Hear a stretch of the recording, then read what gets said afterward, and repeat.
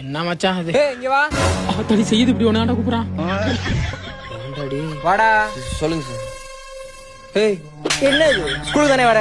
எங்க அவன்? டேய் இங்க வாடா. மாட்டி விட்டாண்டா சுப்பிரமணியமே. இங்க கூட தரதல சுத்துமே. அது பள்ளிக்கூடம் இல்லையா? சார் அவன் வந்துட்டு பழனிக்கு மொட்டை பட போயிருக்கான் சார். பழனிக்கு மொட்டை விட போயிருக்கானா?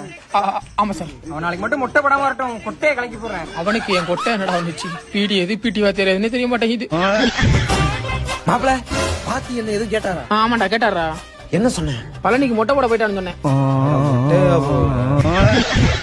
அடுத்த நாள் ஒழுங்கா முட்டி போடு.